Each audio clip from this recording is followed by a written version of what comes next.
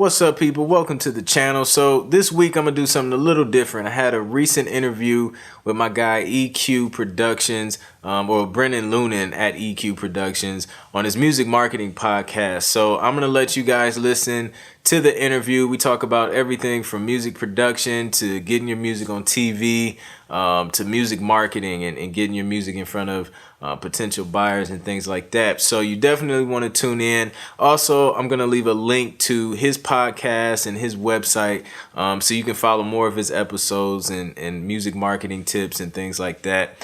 So yeah, it's definitely a legit follow. Make sure you follow my guy. And yeah, enjoy the interview. Let's dig into it. Hello and welcome to my music marketing podcast. This is Brennan Lunin, your host. You are listening to my music marketing podcast, episode 3. Today we got a very special guest. We're going to be interviewing Anthony Clint, who is an owner of Clintmusic, producer out of Atlanta. He's worked with a host of major artists as well as done his, placements for, I could just almost say, every possible network there is. He is a host of music information. He's got a profile on Instagram that is amazing. He does a lot of informational content that you guys definitely should tune into. You could find him at Clintmusic. Definitely follow along. At this time, I'm going to introduce the man himself. Anthony, what's going on, man? Thank you for joining me on this podcast, man. It's great to have you. What's up, Brennan, man? Thank you. I appreciate you having me. It's an honor to be here, man. Yeah, man. Listen, so, for one producer to another, we both kind of started out. We both went through our, ups and downs and had our, I'm sure our trials and tribulations. And being that, I found you online and I've seen that you've been just, super generous with your content offering and, giving a lot of great tips for up-and-coming producers and guys that are starting out, and girls, rather. They're starting out in the industry and they basically need some direction. And, the problem is in our industry, there's a lot of fucking know-it-alls. And the problem with that is they send people down rabbit holes that they shouldn't be going and they waste a lot of time. Unlike you, who just, drop solid gems on people. And like I said, man, mad respect. I appreciate your presence and I appreciate everything you do for the community. So, man, I kind of want to get right into it and I want to, ask you a couple of questions, man. So, I'm going to let you go on a little bit of a rant here and I kind of want you just to give me the highlights. You don't have to go do the Cliff Note thing, but give me the highlights of who you are and, what you do and, just kind of let my listeners know what they need to know about you. Yeah, definitely. Well, my name is Anthony Clint Jr. Most people just call me Clint, which is my last name. But I'm CEO, owner, founder of Clint Productions and Clintmusic Publishing. I'm a producer, musician, songwriter, and pretty much the bulk of my work recently has just been composing music for TV and film. And artists, both indie and major, just worked on a bunch of different stuff, TV networks, TV shows, major artists here and there, Grammy nominated and some really dope, independent talent as well. I pretty much just kind of started when I was 15, just getting into production and, never steered away from it, I guess. I grew up in a musically inclined family with, aunts and uncles who can sing. My dad was a drummer.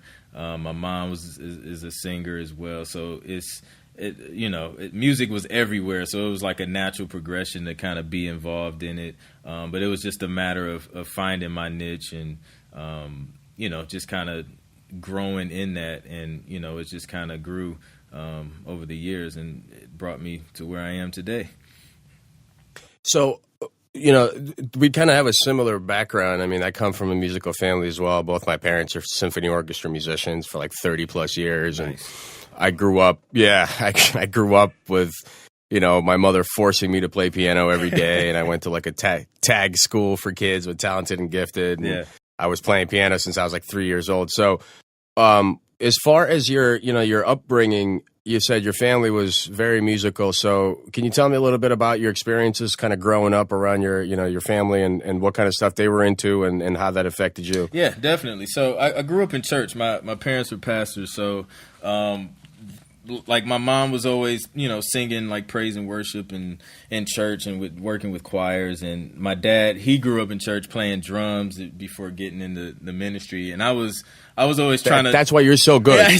That's why you're so good. Because the church thing, I know a couple cats. Church is like the school of music, listen, man, for sure. You learn like.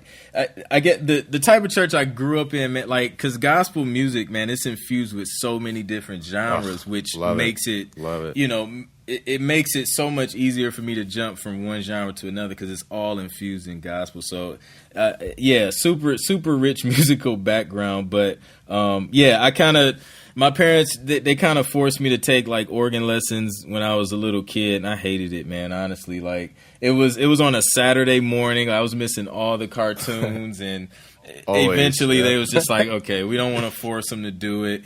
And sometimes they would, this is child abuse. Yeah, I know, right? This is child abuse. So for sure. Yeah, so they would, sometimes they would throw me on the organ in church and just let me fiddle around. And I wanted to stay on drums. I really loved the drums. And I don't know, man. Sometime like around 15, 16, they bought a keyboard, and I really loved the keyboard because you can change different sounds and throw a drum loop behind it. It was just I love the technology aspect of it. Did it have speakers built in? Oh yeah, it had the built-in speakers. Oh yeah. We're not gonna hate you for that because I always clown people. I'm like, if you got a built-in speaker keyboard this day and age, like you really can't call yourself a producer anymore. But that's just. I like to talk my shit to make people uncomfortable. Yeah. So I started with the built-in speakers, and man. Then I ended up falling in love with it. So yeah, like that's my upbringing, man. Just being involved in the church, gospel music, Christian music, and then just branching out into other genres from there. For sure. Yeah, I mean, like I've personally, I remember first time really getting. Because I was born overseas, I was born in Belarus, so I'm not really, I grew up here for the most part, but I was 10 when we got to America, so I didn't really, we're Jewish, so the church wasn't really our thing, but I heard gospel music, and I was like, damn, like, I have this, like, part of me that's, like, the soulful part, right? Like, I really, really enjoy jazz and soul music and funk and I listen to, metal and stuff like that. But I mean, my heart has always been with like the funk, you know what I mean? It's always been on that, the pocket and, like anything that was just like, that makes your face screw up and just, that's nasty right here. So that's what I grew up listening. And then like, when I was, coming up in the 90s and stuff with guys like Kanye and doing all the sample chopping and stuff and grabbing all the Motown records and the Stax records, Blue Notes, all the stuff like that. Like, I was like, damn, this is something else, And I was listening to Mos Def, Common, like all these type of like conscious brothers that were, really using a lot of those type of beats. It just became my favorite, and I ended up started to work on it myself. But as far as you go, and having the background that you have, with soul. When you started producing R&B and you started working with, actually, who have you worked with? Can you name a couple names? Drop some names, brag about it. Tamar Braxton. I did quite a few records on her Christmas album. We flew out to New York and worked on that, so that was pretty cool. Did some stuff for Case, which is another classic R&B. Well known. Yeah. Well known. We actually, it's funny. I work for a company right now. I don't know if I told you. We tour mostly African American comedians. So I work for a company or a comedy tour production. So we work with like Mike Epps, Cat Williams. I'm working with Martin right now. I'm like, it's like my favorite. Yeah. So we did a show with Casey and JoJo, Avant, and like all of them like. Nice. Panty dropper, like R&B singers that make a chick want to leave you right then and there. Like exactly. All those dudes. Yeah, we've done a few shows with them, and it's like they're, you hear them singing. And I always get a kick out of it because you hear them singing, and they're like, sweet and I guess whatever you want to call it, like sultry. But then those dudes in real life, like they're like rappers, man. They're like raunchy and rowdy. Yeah, it's exactly. fucking fun. Exactly. You don't expect it because they're serenading you 1 minute, next minute they'll thug you out. Like they'll get in your face and demand their money. Like it's not to be confused with anything soft. Yeah, don't get it twisted, man. Yeah, can't get it twisted. Not at all. How did you get into how did you hook up with those dudes? Because people want to know, like, how do you approach major artists? Like, what do you have to do not to look like a fool and not to also be stepped on? You know what I mean? Man, it's about relationships, man. Honestly, the whole thing just kind of snowballed. So it was some years back, a songwriter TC, who was written for Brandy and J-Lo and Justin Bieber, all these crazy, phenomenal artists. He threw out a contest to do a remix to this record. And, I was just sitting at home like, oh, man, that'd be dope. Like, I've always admired TC and, his skill and his gift for years, even, just coming up as a producer. And I did the contest. I ended up coming in second place, but he loved the remix so much that he posted it anyway and, gave me like a huge shout out and posted it on his YouTube. And he loved it. Everybody loved it. And then we continued to kind of work on remixes together because he just liked the vibe and the live feel that I added to the tracks. So we were doing remixes, and while that was happening, an A&R had heard that original remix from the contest, and he had reached out to me and was just like, yo, we're working on Case's project. We want you to do some stuff for that as well. So I was like, dope. So that relationship kind of started, and then, that got me the placement on Case, and then TC reached back out. He was just like, yo, we're working on Tamar Braxton's Christmas album. And, we got a couple. Those make money too. Like, those Christmas records every year, or man. Kid stuff. Yep. So he was just like, yo, like these are the covers that we're working on. Here's the first one I would like to work on. Just do your thing, send it back to me. So I did that and sent it to him. It was what was it? Have Yourself a Merry Little Christmas. And then he sent it to Vince, and Vince loved it. He was just like, yo, fly him out to work on the album. And then, like, literally, if I'm not mistaken, it was like the next day or so, they flew me out, and then we did a few more records for that album. And then, yeah, man, it just kind of snowballed from there. And then we ended up doing a Christmas song for Dondry as well, me and TC. Did you have to quit your day job for that to happen? Like, did you? No. Did they tell you like you got to fly out? Like, boss, listen, I gotta go. Like, so at the time I was I was playing. The only thing I was doing was just playing keys on Sunday. So that was where my income was coming. So I really only had an obligation on Sunday morning. So we worked it out to where I just flew out through the week, and then I just came back to be able to play for Sunday. So it worked out, during that time. So I was grateful, man. It was a great opportunity, a huge blessing. Now you told me you're from Atlanta. So are you like from Atlanta, born and raised, or where are you from? No, nobody in Atlanta is born and raised here, man. Right. I don't even think Atlanta existed until people moved there, right? Exactly. They brought parts of their old cities with them and stacked it in Atlanta. No, but I'm dying to go down there, man. I'm dying to have some. I mean, I know people everywhere, but I'm like not necessarily like friendly enough with some of these people to just like crash the couch. You know what I'm saying? Right.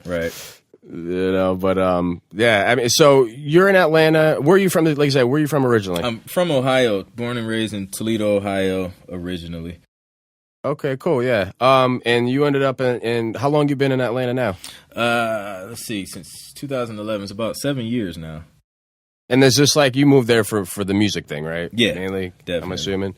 Yep. And so, what do you do? Like, what's your day to day like? What do you do as far as your music career is concerned? How do you actually go? Like, give me the Anthony Clint day, I guess, from waking up in the morning, having your coffee and whatever it is that you eat and snack on, and how do you get started? Yeah, definitely. So I do IT work during the day. So I wake up, I do that depending on who needs their computer fixed or whatever. I'll go take a few calls, and then I'll come back home.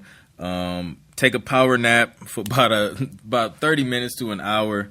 And then I wake up and then I'm on the grind as far as music. And usually so I guess I'll start like Sunday. I kind of work on, just content. And then like, Monday through Friday, after waking up from the nap, I'll come down. Depending on which day I'll work on.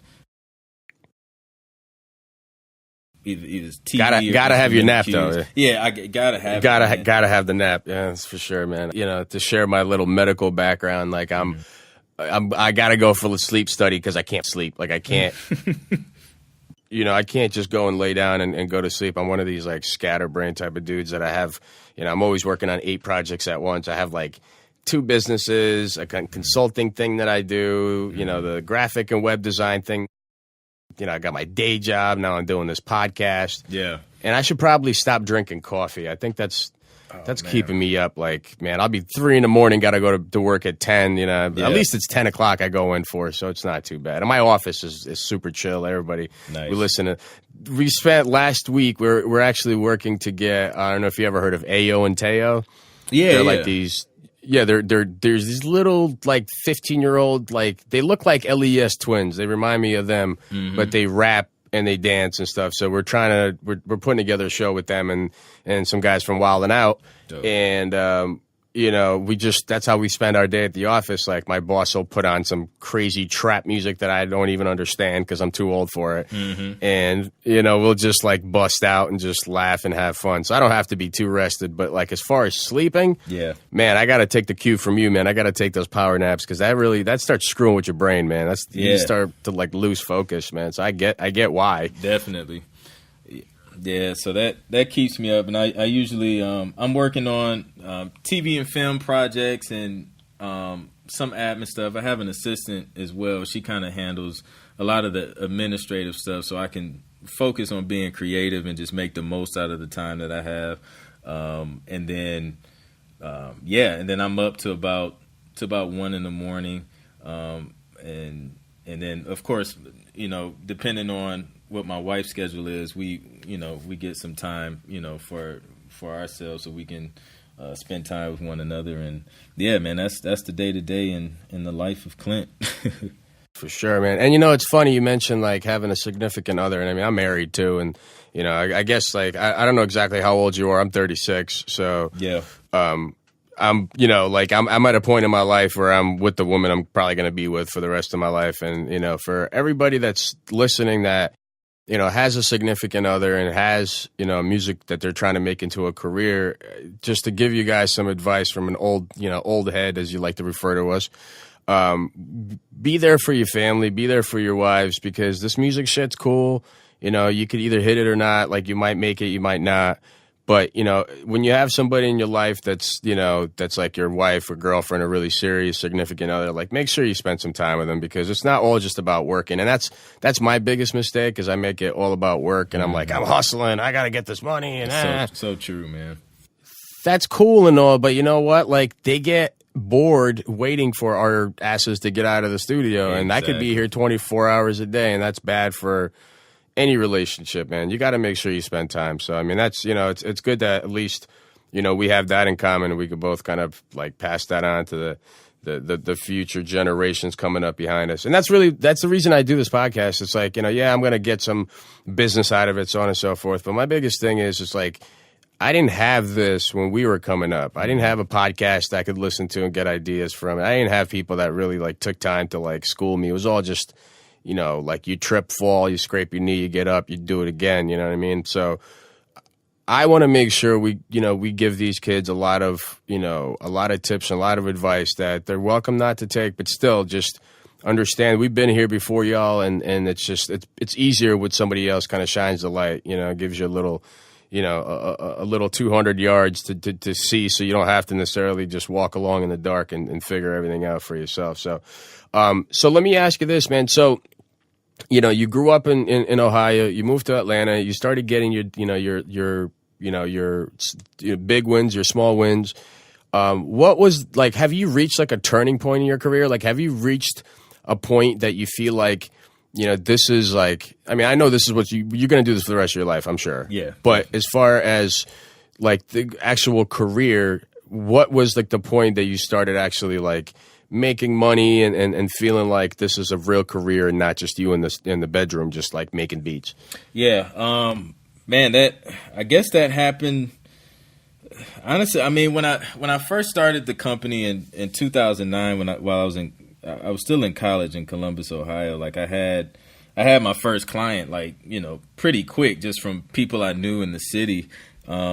So I was always working with the artists and always kind of making money, making music. So I knew there was money to be made, and I knew that, if I put the work in, it can grow into something significant. I think the turning point as far as where I want to focus and what area I would like to make most of my money from music in kind of happened maybe like 2-3 years ago, once I really started focusing on music licensing, which is, producing music for TV and film.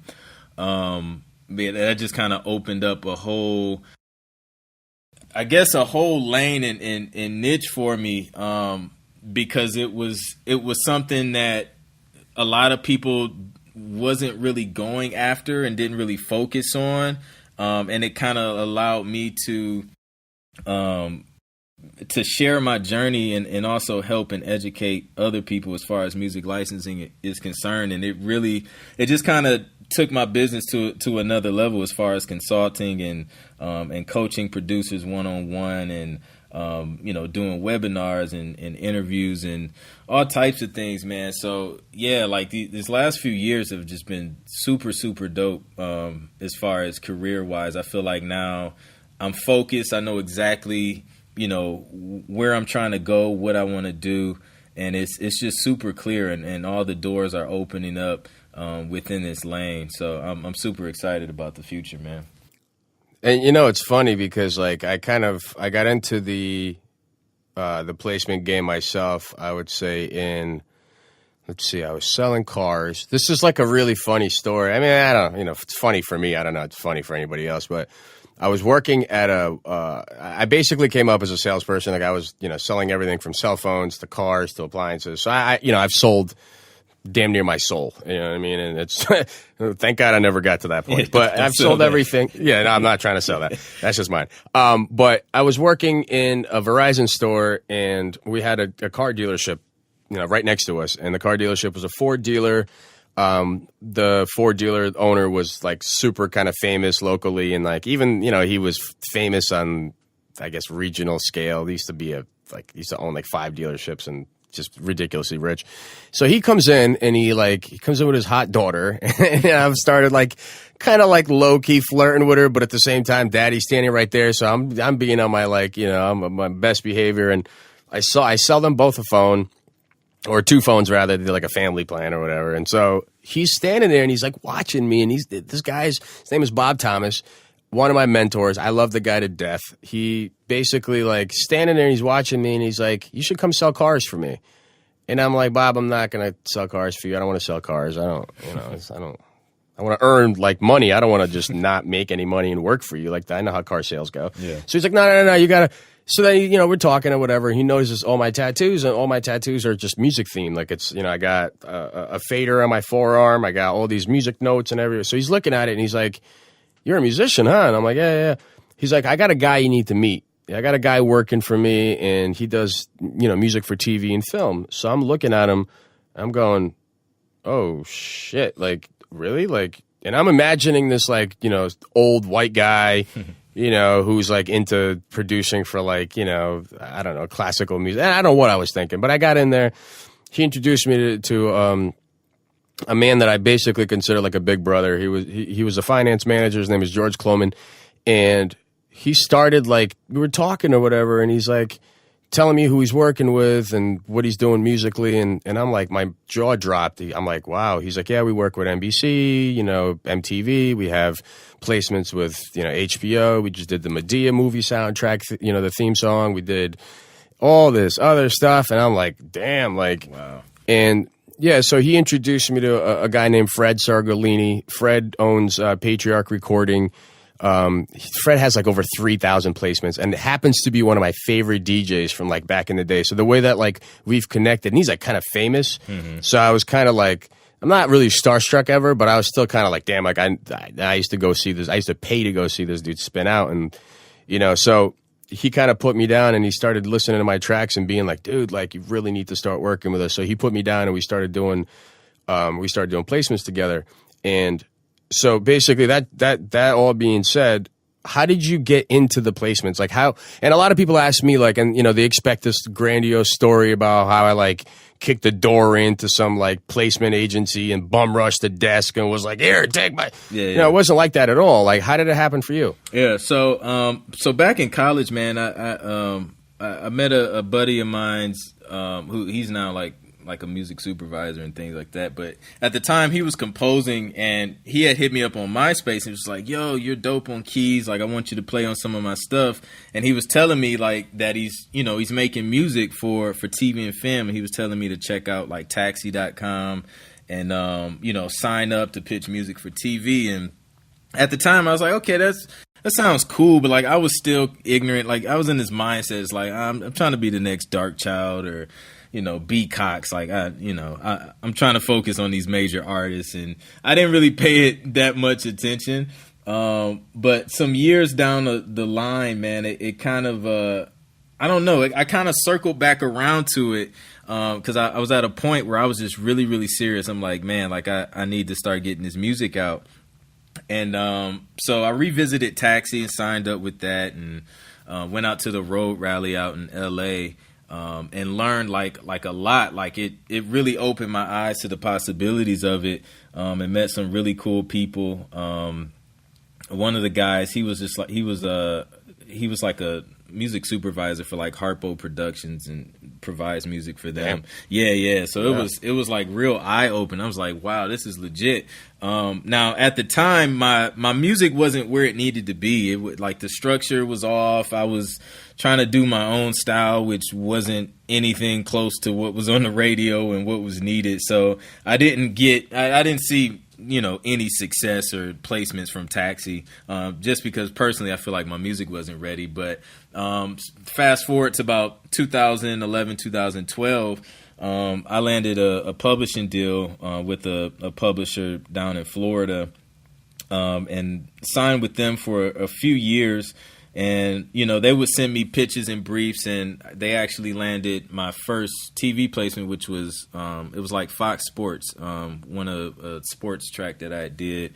So that was like my very first TV placement, man. I was like super geeked.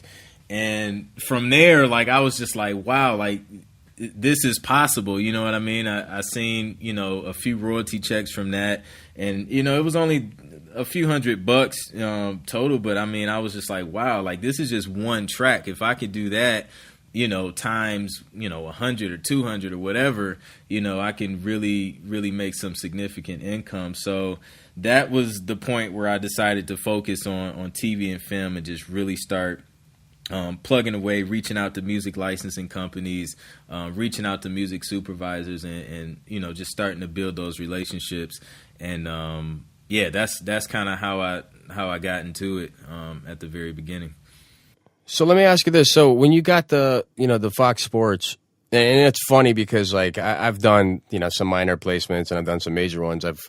We had a track that ESPN ended up buying from us that we did in like 3 hours, and that we were supposed to compete with like 3 or 4 other production teams, and they never submitted. Like, bro, you're getting an offer. And this is like, it was funny because, the person that gave me an opportunity was like a friend of mine from the music scene. And like, he always respected what I did and always was like, oh, you're dope, whatever. And I never thought I was dope. And I still to this day, like, think I'm whack and my music is like way left field. It doesn't. And it's funny you said that your music wasn't ready because I've gotten a track placed. The track that I got placed was like 7 years old. And I don't even think it was mixed because I got this nasty habit of like just making a bunch of beats, right? And just not going back to them. And then Fred, you know, my publisher, Fred Sargolini, ended up hitting me up and was like, bro, I need tracks. So, all right, gave him a bunch of tracks. And he's like, oh, a few months later, he's like, oh, a bunch of them got placed. And I'm like, I gave you, like, bullshit. Like, I gave you nothing. I gave you, like, he's like, I don't know. Because a lot of times, you know, where it's used is, like, a kind of a big factor, right? I mean, if it's used in a car, you know, if they're filming a show that's taking place inside of a car and the car's got an old stereo and it doesn't have, you know, booming speakers, you're not going to hear the low end. You're not going to hear. It's going to sound like shit. So the music supervisor is not looking for a clean, polished mix that you might spend a whole afternoon or a whole week on. You know what I mean? Exactly. So do you find it that a lot of your tracks you get placed are all like super polished? And I know you're probably a perfectionist like me at this point, but do you polish everything and submit, or do you just say like, here, take what I got? Yeah, to an extent, man. Like I have a like a, you know, kind of like a master and template that I use, and of course, you're gonna have to share it with me, please. Share. I need help, bro. We're gonna have to talk offline. I need some help. Definitely. But yeah, I use a template to master, dude. I put the exact same master on like all of my tracks.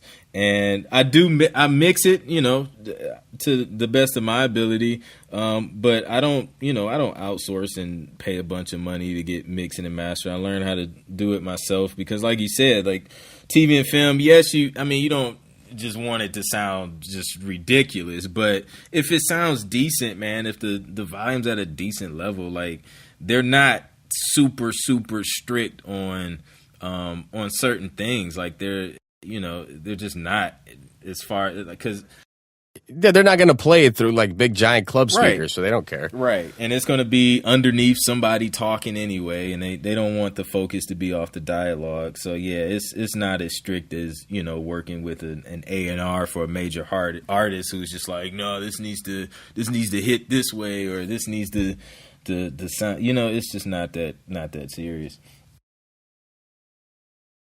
You know, you brought up the kind of correlation between doing placements and working with major artists. So my thing been lately that I've been kind of like, and I spent so much time in studios and working with, I mean, literally like drug dealers, and I don't like, these dudes was not musicians. And I'm not saying that they were like drug dealers, but they were, because most of them either had a gun on them or had a pack on them, and they were just getting off the block to kind of like come in the studio. They would pay for like few hours just to like get off the block and not go home. They were young. Yep. They wanted to sit down somewhere and like, hey, look, a studio, great. Like, let's go record. Yeah. And I've worked with some fucking terrible artists. I mean, there was just, I don't even want to talk shit about these dudes, but there was just this group that came in, and there's about 30 of them dudes. And I'm like, all right, fellas, we had a decent sized booth, and I'm like, fellas, you gotta keep it down. Like, they're all drinking, smoking, which is fine. I don't give a shit. Yeah. But they were all in the booth with the guy trying to do the rap, right? The guy's rapping and he's trying to do the track. There's about 39 dudes screaming behind him. Yeah. I'm like, fellas, like, I have no problem with what you're doing. Just wait for the ad-libs. Like, get out of the room, let him finish, and then you could go back and yell till your lungs get sore. Like, I don't care. Just, I need a clean take of him so I could edit. They either were not listening, didn't care. Like, fuck you, white boy. Like, all right, whatever. Right. I'm cool. Like, I'm like, all right, this is what you're going to get then. I've been forward with you and whatever. So after like a year and years of that, I kind of got to a point that I said, you know, like, this is just not working for me. Like, I'm not an artist kind of producer. And I think like whoever's looking, and I'm not very religious, but whoever's looking down on me decided like, you know what, you're not an artist kind of producer, so we're going to throw you in, you know, a little bone with the placements here. And so what is your favorite, like, and I know maybe artists might pay you more or whatever, there's more financial gain from that, but as far as like your choice between artists and doing placements, like if you could make enough money out of either, what would you choose? I would do the TV placements, man, like, because now, I mean, I always love the creating process of creating full songs and records, and you can do that with TV and film as well. The difference is you're only trying to please one person on TV and film. You know, usually when you're going up the chain for artists, you got to please the A&R, and you got to please the artist, and then the artist, you got to please the record label and all this other stuff, and then you got to wait like forever. Like, dealing with record labels is, dude, it's exhausting, bro. It's the worst. Yeah. And then you got to wait sometimes you got to wait till the artist ends up getting out of jail or whatever, like other drama there is with there's always drama with artists, man. It's like, no disrespect to any artist out there, but like, you know, let's keep it funky. Like, you guys tend to sometimes be some wild ass dudes, and you don't really necessarily think about everything. And it's like, not that producers are any better, but I mean, we have, you know, a bunch of equipment we just ended up paying for, and so we're a little bit more careful, I want to say, like, not to judge anybody, but you know, as far as, you know, getting placements, and I got to agree with you, man, if I could do nothing but placements, like, I want to do placements and beat tapes. Like, I want to get on a bunch of, like, iTunes playlists of just, like, chill hop and, like, all these dope instrumental, like, stuff that I listen to, or just do a bunch of placements and, like, never have an artist on a microphone, like, in my studio ever. And that's just me, and, you know, I'm just getting old and tired. I get it, man. Cranky. I'm cranky. But, and another thing too, I noticed that, and correct me if I'm wrong, but I noticed that as soon as I started doing placements, right, and as soon as I started putting things on my resume, and I got two resumes. I got my marketing, you know, my sales marketing resume, and I got my music resume. And my music resume got hits on it, like, not like hits, but like, you know, tabs. Like, I got, you know, bullet points. Nice. And I noticed that when I did the placement thing, like you mentioned consultation, and I do enough of those, as soon as you do placements, like, the game changes for you completely. Like, if people look at you different. Like, tell me about that. Like, as far as that goes for you, like, how did that work out for you? Dude, so the Fox Sports placement, it opened up so many doors, because now, you know, when I'm reaching out to, you know, music licensing companies or advertising agencies, you know, you mentioned the fact that you produce for Fox Sports or CBS or NBC, whatever. They know immediately, okay, he's professional, he's been here before, he knows what he's doing. And even from the artist perspective, people take you they take you serious, because and they pay you more money. And I mean, it holds weight. And I was telling some other producers, man, because, you know, some of these, you know, reality show, or, you know, like the cable networks, they don't pay a lot of money in royalties per placement. They don't. And they don't. What I was telling them was just like, okay, you may only make $1.23 for this. I don't know. I made 37. Yeah, I was on Bad Girls Club a bunch of times, and I made $37. Yeah. So, but it's like, but I've made more money off that placement, like, through consultations and through flaunting the fact that I was on that show. Like, it's nothing to talk about. Yep. Yeah. And the fact that you had that placement, you can exploit that to generate more business, generate more revenue, and you got to be smart with it, man. I went to Full Sail, and I did the online program, but I graduated at, you know, whatever. But I consider that kind of like a fucking paperweight. Like, I consider that like just giving them a bunch of money. And, you know, the funny thing was, when I was graduating and I was doing my senior project, they gave me 5 options, and I can't tell you for the life of me what the 4 were, but the 5th that I went with was like, get your music placed in a, you know, in a licensing library, and extra credit if you get it placed in a show. And I go to my professor, I was like, sir, if I, like, provide you with proof of that happening, like, last year, can that be accepted as... Now, part of me was like, I don't want to do this fucking project. I was in a bad car accident at the time. I had a bunch of, like, pain, dealing with, like, you know, medical issues or whatever. I couldn't fucking walk right. My leg was all fucked up.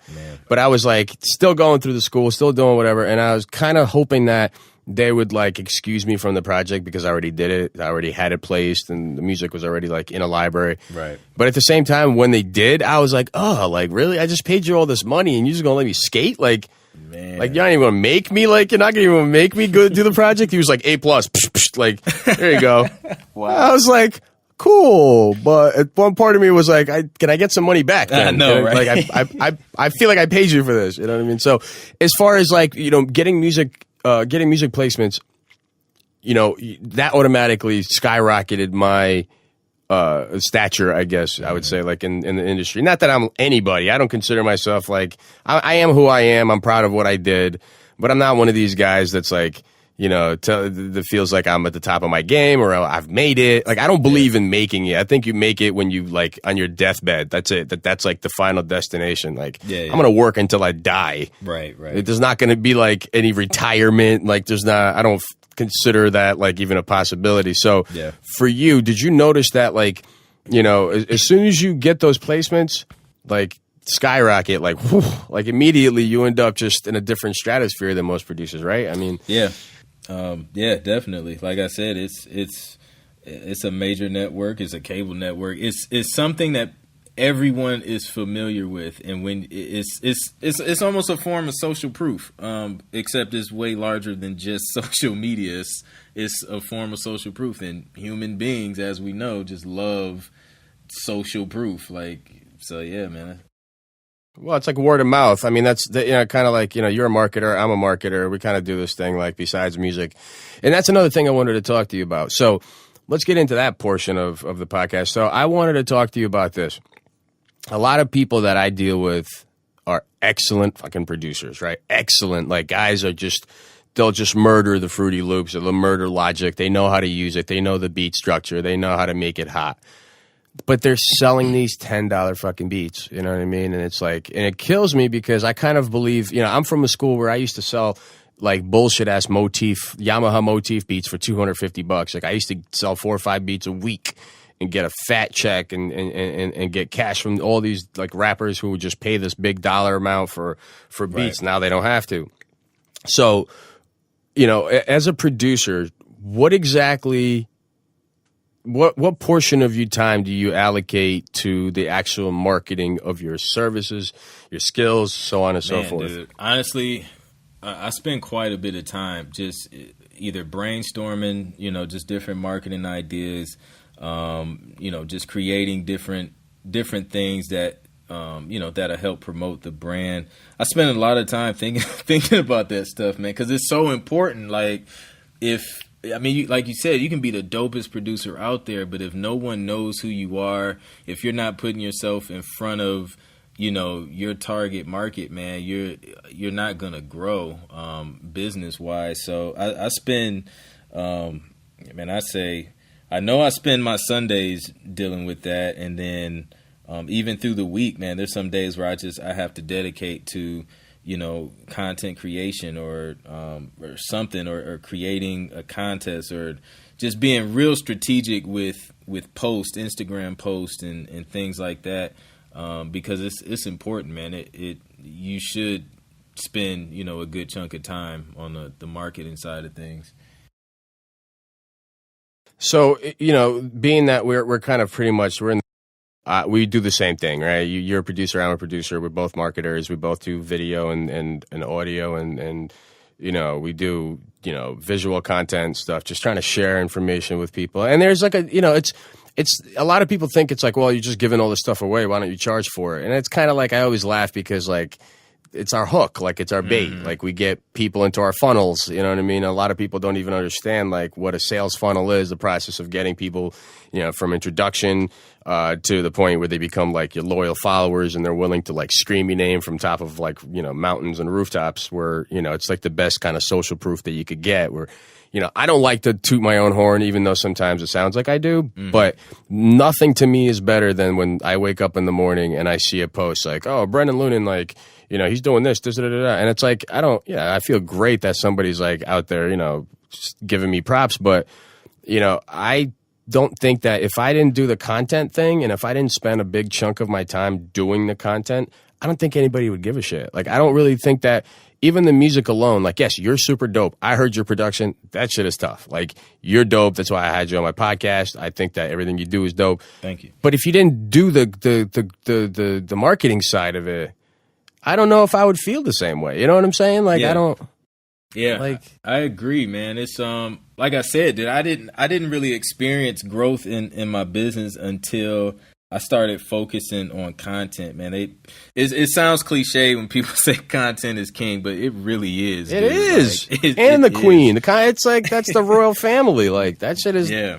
I don't understand people that, and I'm kind of an asshole, and I'll be the first to admit it. And I'll find people that like, and you get this too, and I would be surprised if you didn't. How many times does your inbox ring, and do you look inside, and what do you see? A spammed link that somebody like, maybe took the time to put together, but they didn't take time to, and I bitch about this like every episode. I'm getting tired of hearing myself talk about it, but every day, about 40 times a day, and I'm not even joking. Yeah. Because I have like 16,000 followers. You have slightly more than me. We get a lot of people that hit us up probably and go like, yo, listen to my music. Every day. Every day. The day. And it's like, I don't want to be an asshole. Like, I don't want to tell these guys like, but I do. I end up telling them like straight up. And sometimes I help depending on the delivery. Sometimes I help. Sometimes I just yell at them and like, bro, you don't know me. And I'm not listening to your music. I don't care how dope you are. This is like basically paramount to you walking up to me on the street and giving me a pair of dirty ass headphones that were on the ears of like 100 other people. You know what I mean? Talking about listening to my track. Dude, literally, I was in the mall Saturday, looking just in the mall, dude. Like, and this random artist walks up to me while I'm looking at a pair of jeans and like puts this CD in front of my face, and I'm like, I'm staring at it because I was confused because I'm like. I was just looking at it's a CD. It's a CD, and I was like, I don't even have a CD player in the car anymore. Like. I don't know what you sound like. I don't know if I'm going to even like it. I'm not going to invest into something I don't know if I'm going to like, and it's just like I feel like you're being robbed. Like I feel like I'm being stuck up. Like whenever the CD's the new gun. Like and then they hold me hostage. And then they get mad when you're just like, no, thank you. You're a hater. Yeah, like, you're a hater. Like, immediately, you're a hater. You're hating on me and my progress. But it's like. You know, and being a marketer, and you know, I don't know. Do you run ads? Do you do any of the I do. Facebook? Yeah. Okay, so you understand targeting, you understand offers and whatever. Mm-hmm. Tell me how much money you would lose if all you did was just stick random offers in front of random people's faces. Like endless. A lot. You'd be broke. Exactly. And it wouldn't work. And it's, you know, the funny thing is, because this is what I do for my day job. I run ads for, you know, Martin and everybody. This is big dollars coming in and out. And yeah, sure, it's Martin, it's Mike Epps. It's not like you have to really educate people, but it's still like, I still need to know my targeting. Like, I know our targeting is African American, you know, usually people 25 to 54, you know, usually in like metropolitan cities or like Houston, Dallas, you know, New York, things like that. So I need to know who my target audience is. So for artists, for anybody that comes up to you out of the blue and says, or even online and says, oh, here's my track. Bro, you don't know if I listen to your type of music, if I care about your type of music at all, if I don't even like your type of music. Like, you don't know anything, and you waste time. You waste my time. You make me angry. You make me, like, feel like I'm cornered. Like, I feel like, you know, I'm a honey badger. I got to start clawing my way out of a corner and insult you, and just do the right way. Do it the right way so people don't feel like they're, you know, accosted by you. Like, it's crazy. Yeah. And I don't understand, like, people just continuously, like, this, it's like a broken record, man. It's like, yeah, it's crazy. Especially, you know, even when we post on social media, do not do things this way, and then they do it. And they go in your freaking comment section, and they're like, yo, great. You know what my favorite is now is like the auto posting. Like, I tried that for like 5 seconds, and I was like, this is fucking terrible. Yeah. I like the automation and like the bots and stuff on Instagram, as far as like, you know, you say, you know, I want to like these type of hashtags or whatever, and and you like, and people follow you, or you do like follow and they follow you back. Not like asking people for follow, but you know how these things work. Right. And that's one thing, but I never use the auto post. Like, I never use like, yo, that's lit. Yo, check out my profile. Like, that shit kills me. Like, it's so impersonal. You're trying to sell. Like, this is the thing. People don't understand, like, marketing, advertising, and sales, there's nothing different between all three except the delivery method. Mm-hmm. You know what I mean? Like, all sales are sales. All marketing is sales. All sales are marketing. It's like, they're all the same thing except the delivery is different. You know what I mean? So, and these people think that, like, I don't have to follow this, you know, predetermined, like, industry approved and industry standard route of doing things. I'm just going to cut corners. I'm going to jump into inboxes. And it's like, again, I'm sick of talking about it, and I'm sick of bitching because I sound like an old man. But I haven't talked to anybody else about it really on air, so I kind of wanted to bring that up to you and so make you angry about it, and we could both be angry for a second. We could vent to one another about it. Oh, it's like this suddenly became a support group. Right. for like offended old producers.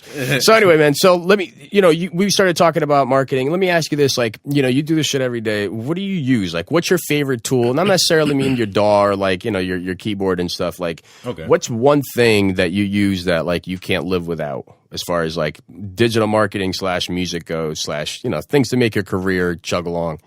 Man, dude, You took away like all my weapons. You took away my DAW and everything, all the weapons. But man, Instagram, dude.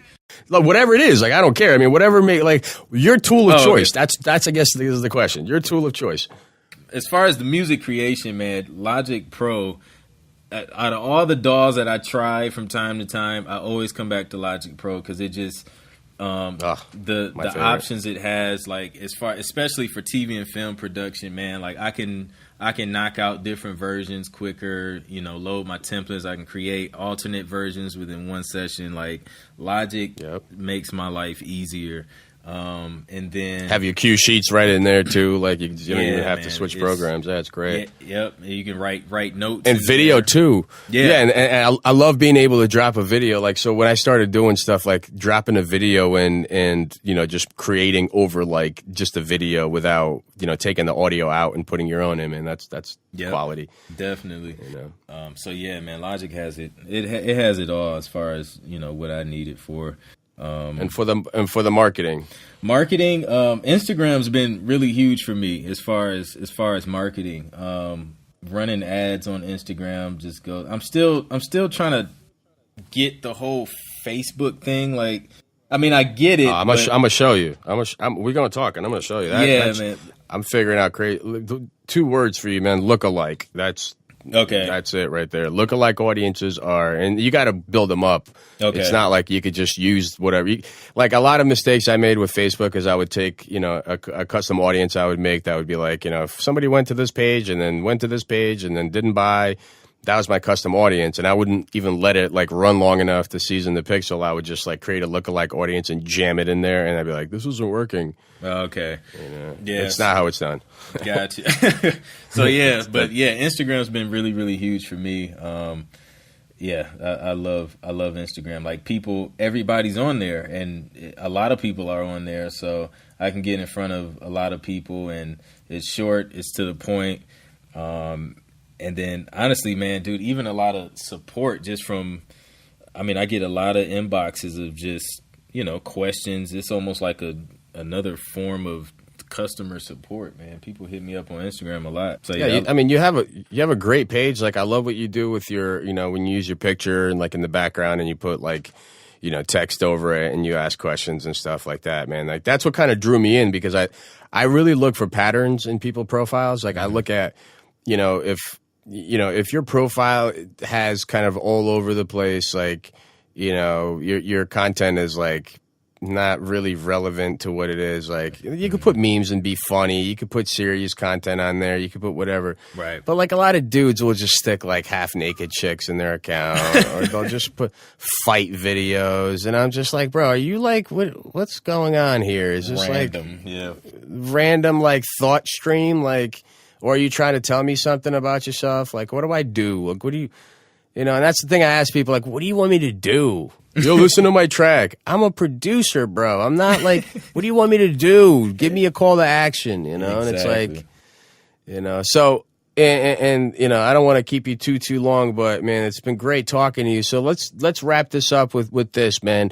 Give me and my audience some tips of, like, give me 3 of your top tips that you give to a lot of your clients, and if you need to, I'll send you a check for consultation, I guess. But no worries.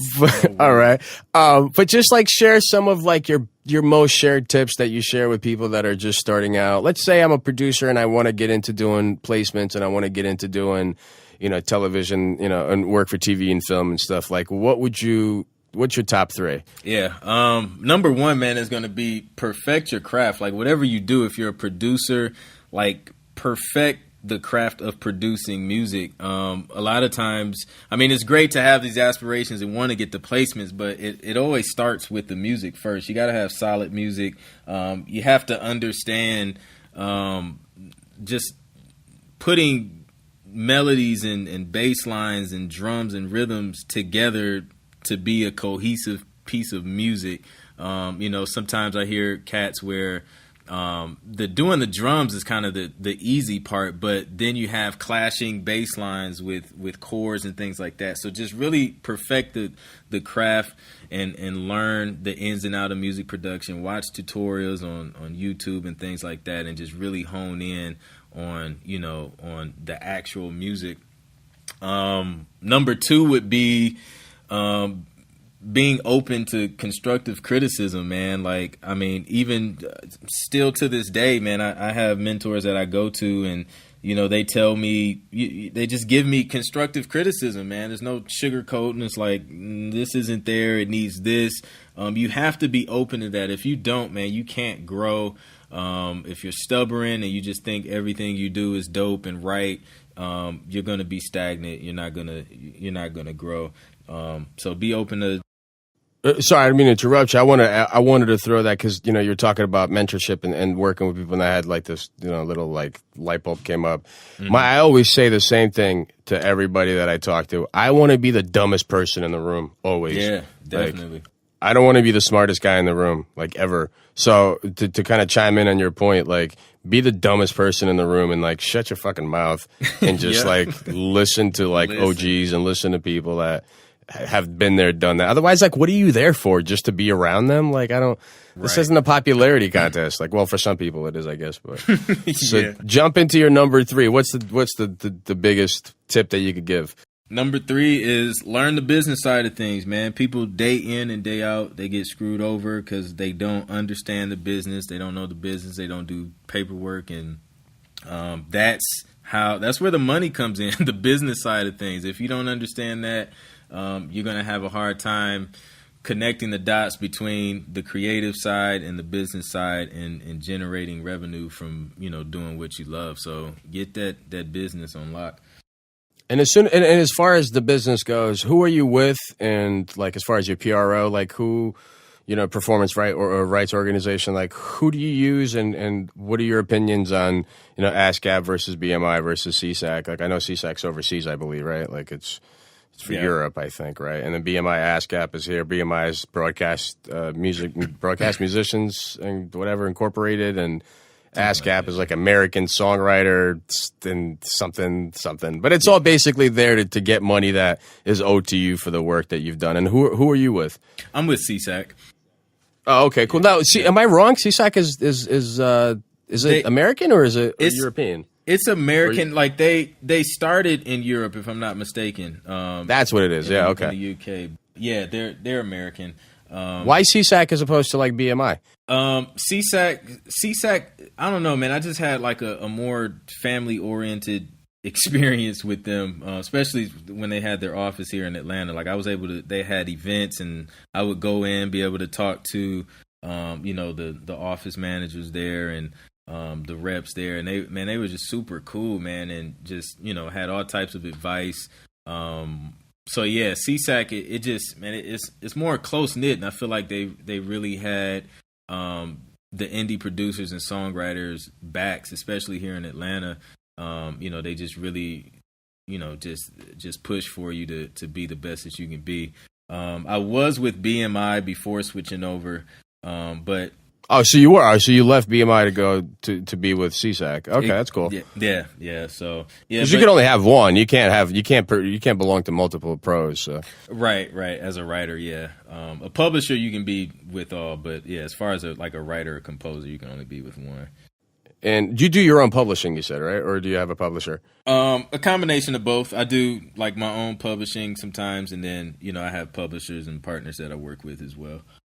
I'm going to need to have you back on the podcast one of these days. We're going to have to kind of dive into that side because, I mean, my thing is, my whole game and my whole like goal is to teach people how to actually break into that industry, not to kind of like flood the market for ourselves, you know what I mean, and oversaturate. But like, I feel like a lot of producers that do sell these like $10 leases and work their asses off to get like $10 lease and some fucking stupid feature on some corny ass project. Mm-hmm. Like, I feel like that's not only devaluing the game itself for the rest of us, but at the same time, it like, I don't want to see people that like really love music get disheartened and get discouraged because they're not making any money because they don't know. Yeah. So I want to kind of surround myself, with guys like you, and not even, I'm planning on having other guests on the podcast that aren't necessarily producers, because I don't want this to be just strictly production podcast. I want it to be more about music marketing and helping people to actually get their music out there and get themselves like promoted and marketed correctly, so they're not out there looking foolish. They're not out there ruining, relationships before they start. Because like you said, it's really super important to understand that you could be as great as you want. If you can't build relationships in this industry, you're fucking as good as dead. Like the doors don't come flying open. You're not going to be invited for anything. And then like, God forbid you make mistakes of pissing people off, they'll blackball you and you won't be able to work in the industry. So it's like, I want to make sure people understand that like, it doesn't matter how dope you are. It matters how humble you are, matters, how friendly and how, how easily you are to work with. I was saying actually about, I was talking to somebody about music supervisors and about not really pitching music supervisors because they don't want that. Like, what is I know we were kind of getting off topic of leaving the podcast, but like, as far as pitching, I think it's really important. Like, as far as pitching for music supervisors, like, what is your, number 4, I guess, tip would be for music supervising pitching? Like, do you build a relationship first and then kind of work that in, or do you just like, hey, here's 49 of my tracks, guy, I don't know you? Yeah, don't do that. If you're introducing yourself, don't start off by sending a bunch of music. Don't send any music at all. Just introduce yourself, let them know what you do, and ask them, is there anywhere you can help? You know what I mean? If they needed any need for any projects, and then from there, if they say yes, usually they'll tell you how to submit. If they don't, ask them, how do you want to receive music? So that would be my tip as far as pitching to supervisors. Dope. So listen, man, like, I can't even thank you enough for taking the time out of your busy day. I know you got some napping to do and you got some music to make. I know it's, you know what I mean? Our days are busy as hell. Yeah, we get things done, folks. So, we don't have a whole lot of time for this. So listen, man, I sincerely appreciate your time, man. You're always welcome back on. Everybody, if you're just tuning in, you're probably missing most of this podcast, but this is Anthony Clint. We got here from Clint Productions, rather. I keep calling you Clintmusic, but that's your Instagram call sign. But it's Clint Productions, super dope producer from Atlanta, got plenty placements, got plenty of major artist placements. Definitely a guy you want to follow online. Again, it's at Clintmusic. Anthony Clint, everybody. Let's give him a big round of applause. Thanks so much, my friend. Thank you, Brennan, man. I appreciate you for having me, and we'll be in touch soon, man. Absolutely, man. All right, guys. So this is Brennan Lunin of Music Marketing Podcast with Anthony Clint as my guest in studio tonight. We're going to launch this episode on Thursdays, as I often do. And every Thursday, I'm going to be trying to bring you another perspective into the music marketing game. All right, guys. We'll be talking to you soon.